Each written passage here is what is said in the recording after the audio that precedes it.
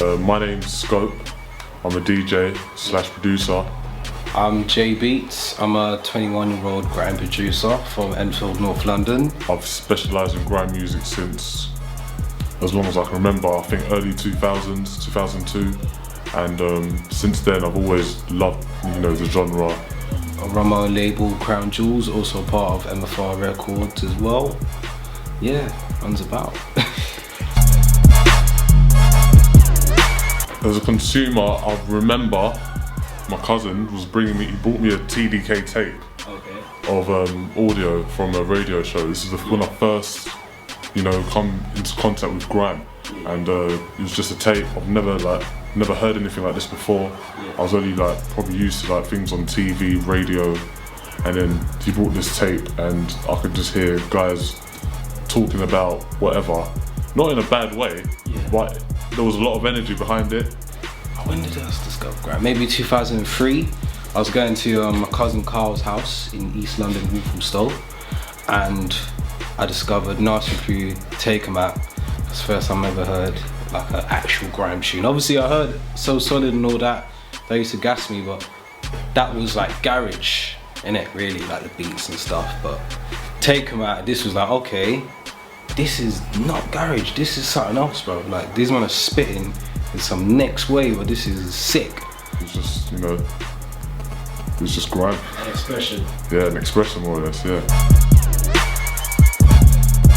I consider grime as a word which was put in there by not grime people. People who I talk to who don't listen to grime or aren't involved in grime whatsoever, when I tell them about grime or whatever, they always say, "Oh man, why is it called grime? Grime is like dirt." We didn't know what to call it, so someone else labelled it, and the Godfather himself took it upon himself to call it grime and just accepted it. He was wily. Yeah. He accepted this is grime, and I don't think it's a dirty word. You gotta look at it as this, man. These are young kids, people in their early 20s, teenagers, yeah? Yeah. They've just picked up the pen, started spitting. What are they gonna talk about? They're gonna talk about what's around them and what they're going through. There was so much energy in grime tunes, whereas if you've got one track gets played and you've got about 400 people in a room reacting the same to that one track, something's bound to happen. So if that's a bag of crud from robbing guys, shanking guys, and obviously a lot of it was exaggerated just for hype and reloads or whatever, but this was people's lives. This is what they're around, innit? So naturally they're gonna talk about it. And club owners didn't like that. It wasn't good for business. Fights were breaking out, someone was getting hurt or something. Yeah. So, yeah, grime wasn't in decline, it just wasn't allowed in the clubs. You've got a 696 assessment form, and you've got Trident and the Police. Do you believe that all three as a combination has added towards a decline within the lab element of grime, where the clubbing culture? Yeah, man. I think that this wasn't 696 form, yeah? I think it's a joke thing, man. Obviously, some of these MCs or whatnot, guys in the scene, they have a past. There was some authentic MCs out there that are not like that anymore. Okay. So I feel even now, there's still these MCs that we're talking about have made money from grime. There's no two ways about it. Because they're from rough areas. So if a man's got in jail for robbery for 3 years, and then you think your venue or night is going to be at risk because he has a criminal background, I think that's really bad, because obviously they're trying to better their life and make music a living. But if you're trying to just block, man, because of what he done back in the day, and he can't make money now, I think that's really bad. The MCs would come along, not just host on it and keep the vibe going, but start talking about, when sometimes it's not necessary. Sometimes, it sounds funny. I know that sounds a bit crazy, but it does sound. I found it hilarious, some of the things they used to say. Yeah. But at the same time, it could influence bad things, and I think that's why people looked at it in a bad way. People were just getting too gassed, innit? The mosh pits. As soon as that drop, as going off and fights would occur because obviously in these mosh pits, everyone's pushing and kicking each other, whatever. People's creps are gonna get damaged, drinks are gonna get spilled, emotions is gonna be out there like, yo blood, like why you stepping on my crep? And then from there it goes into a mad thing. Today it was too violent, we'll be honest, it was a bit violent, but I don't think grime really played a part in anyone getting, you know, stabbed or anything like that. Do you think they use it as a sort of scapegoat tool in terms of shutting down black music in a live environment? Yeah, because it's like, do they do these forms for like drum and bass and house nights? Oh, like, they don't do that, innit? No. See, there you go, mate. Like, In the 1990s, like late 90s, when you had Bad Company, where you had the warehouse raves to a few club residents that allowed drum and bass to pop off, but why is grime still a bad thing when there's 400 people reacting the same way how drum and bass people react, drum and bass, audience within drum and bass would react? It comes back to what the grime MCs are talking about half the time. Yeah. It's how it is. to be fair, when it happens in grime music, well, I don't know about now, but back then, people didn't know what to do with themselves. They were too gassed, and they naturally was like passive aggressive, innit? So any little reason to snap, people were on it. Whereas I guess in these other genres, they can have a mosh pit, push each other, do anything, yeah, and be trouble free, innit? No one's getting hurt, like in terms of face to face. I think it played a massive part because at the time I was still in school. Yeah. I wasn't really exposed to this sort of music, and I couldn't go somewhere to hear it. I think the only place I could hear it was on pirate radio. Yeah. So I'd run home from school, switch it on, whatever was on at the time, whoever was on, I'd switch it on and listen to it. And you know, that was my only way of listening to this new music. It wasn't even called grime at the time. Yeah. Even stations like Rinse, like you can't really go in with the swearing because they've got a community license. And even when Logan had a show on Kiss, you can probably swear a couple times because it's late at night, but you can't do too much because this is a corporate station. A lot of people have used pirate radios, like, you know, pirate radio stations to help their career take off. So it's like working from underground, working your way up overground to, you know, the mainstream masses. So you got a t-shirt, I'm a grime kid. But what is a grime kid? A grime kid. Oh mate, what is a grime kid? That is $1 million question. To me, grime is and always will be my favourite UK based music. It's a culture, there's a community in it, and it's what I love.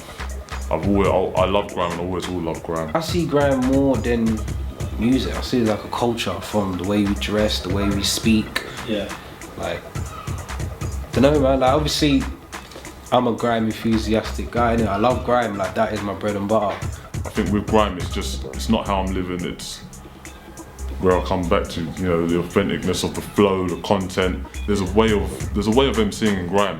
I feel certain people, when they hear it, they know, okay, this guy's got it. Yeah. And you know, that's how I see it anyway. So obviously, if I'm a grime kid, but if someone, let's say, you got Billy, Yeah. and Billy went, who's grime? Or when they ask you who's grime, what's the first thing that comes to your head in terms of producer or MCs? I'll just probably reel off the bass just to make it easier. So I'll say Wiley, Dizzy Rascal. Obviously, some people start saying, oh, well, they don't really make that type of stuff anymore, but obviously, this is what they're predominantly known for. Even though they went on to do commercial stuff, the netting grime still gets thrown in the mix of things. But yeah, I'll say Wiley, Dizzy, Lethal, Skepta, JME, and producers, who's, well, yeah, like Terror Danger, Da Vinci. If we're talking like a few years back, man. Yeah, Da Vinci, Terror Danger, even Jammer, Wiley again. Yeah, there was so many. And with, obviously, violent culture played a massive influence within UK garage, two-step and dubstep. Do you believe there seems to be a big correlation between the genres and the sound due to violent culture? I think with vinyl, because I'm a DJ, I think with vinyl, vinyl will always be vinyl. Okay. There's nothing you can do about that. Yeah. I think it's really when CDs come out, I think the artists and producers alike just have a different platform to distribute their music. Yeah. Not just in the record shops, driving around London, just giving, I don't know, this shop 10 vinyls, that shop 10 vinyls. This time they could actually, not stand on the streets, but some of them did do that, but put loads and loads of CDs, you know, burn like about 500 CDs free of charge. With vinyl the whole record shops, do you believe that was the social network for DJs? Oh, 100%, man. Like, I'll go UDM and I'll see other people dropping records or other people just pre-ing records. Obviously, I'm not from East London, but I've been Rhythm Division a few times when it was open. Yeah. And you would just see someone like, I don't know, Target or one of these guys who are important guys in the scene. They'll just drop off records. Like, they'll see someone else they know in the shop and start chatting for hours. That, like, Rhythm Division, independence, I'm sure, like, a lot of people in the scene come across other people in the scene just from just being around, like, dropping records, just talking to people in the shop.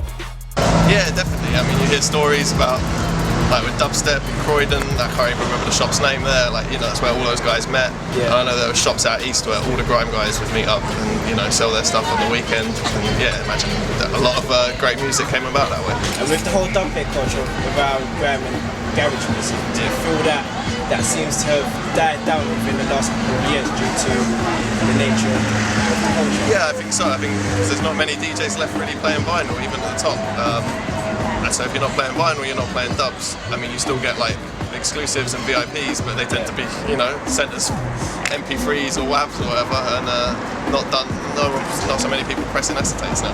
And there seems to be like a surge within sales of vinyl nowadays within grime music. Do you believe that the way consumers buy vinyl nowadays is due to its exclusivity, or is it just because it's a social norm where people that buy vinyl are considered as cool?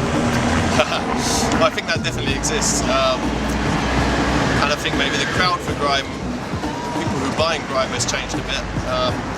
There seems to be a kind of real trend for that kind of wily 2003 kind of esky sound amongst kind of modern producers. And yeah, maybe it's a different crowd now that's buying those records to play out. And they'll be mixing it with dubstep and maybe even house music and stuff. I think, yeah, it's kind of like people aren't buying kind of one style anymore. And so like the music's reflecting that. It's maybe a guy won't just make a grime track. He's making like 3 or 4 different styles on the same record. With grime garage being a homegrown sort of culture as well as a sound, do you believe it helped aid the sales within like record shops throughout the years? Yeah, I mean, back then it would have been just in London, I guess, that people would be able to sell those records, and people would have to come to London to get them. Was it just a British thing, or? Yeah, I suppose back then, yeah, it was you know, not even British. I mean, it was really just London, and mostly just East London and parts of South London. Not so much with garage, but with grime especially. You know, it would have been a lot harder to get those records anywhere else. Yeah. And do you believe that social class has impact upon consumers buying records that were garage or grime? It's a tough question to answer. I suppose in some respects, yeah. I think it's more about kind of people who are going out to clubs and stuff, and how people kind of perceive that rather than the actual record sales. Because I think, you know, like garage, yeah, it's sold well, but kind of across the board, yeah, I don't know. It's kind of hard for me to say. Yeah, I guess grime could be portrayed more as kind of working class or whatever kind of reaction to garage. And there seems to be like a surge within sales of vinyl nowadays within grime music. Do you believe that the way consumers buy vinyl nowadays is due to its exclusivity, or is it just because it's a social norm where people that buy vinyl are considered as cool? Well, I think that definitely exists. And I think maybe the crowd for grime, people who who are buying grime has changed a bit. And in terms of grime music, they believe that mixtape culture has had an impact on the evolution of the sound within grime music and how vinyl has been distributed. Yeah, I think you're right. I think the emphasis on production is maybe lessened a bit because people aren't considering it being pressed to vinyl and played in the club. You know, they're just banging out CDRs or whatever, or putting it online. So maybe the quality control's dipped a bit. And yeah, I mean, if you're putting out, say, like 8 tracks or more on a mixtape, you're maybe not going to spend as much time over them as you were like 1 track on a 12, you know? Yeah. And with your nature around like record shops and the whole vinyl culture, do you believe that the media has had an influence upon the ideologies built within grime music? I can't really say from like my point of view working in the shop, but I know that like the media and the police has definitely had a negative effect on live like performance of grime, definitely. I don't know how that would affect them selling their records, but it kind of helped, you know. People might not agree with me, but I believe that grime is on its way back up again. Yeah. From the producer side of things, I think the producers are carrying it, the DJs are carrying it. They're sitting down and being okay, this is what we're gonna do. Yeah. Set up a label, get this producer, get that producer, put their music out, and I'm seeing it like happen. Grime is very unpredictable. Like 5 years ago, I didn't know it would be in this position now. So 5 years from now, it could be a mad thing. It could be a mad thing. I see it, you know.